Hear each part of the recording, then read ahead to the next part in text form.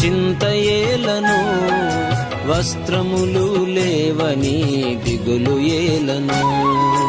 ఆకాశ పక్షులను చూడుడి చూడుడి, విత్తవు కోయవు పంటను కూర్చుకోనవు. ఆకాశ పక్షులను చూడుడి చూడుడి, విత్తవు కోయవు పంటను కూర్చుకోనవు. ఆయనే వాటిని పోషించుచున్నాడు, ఆయనే వాటిని పోషించుచున్నాడు. భయము లేదుగా, దిగులు లేదుగా, యేసును నమ్మిన వారికి.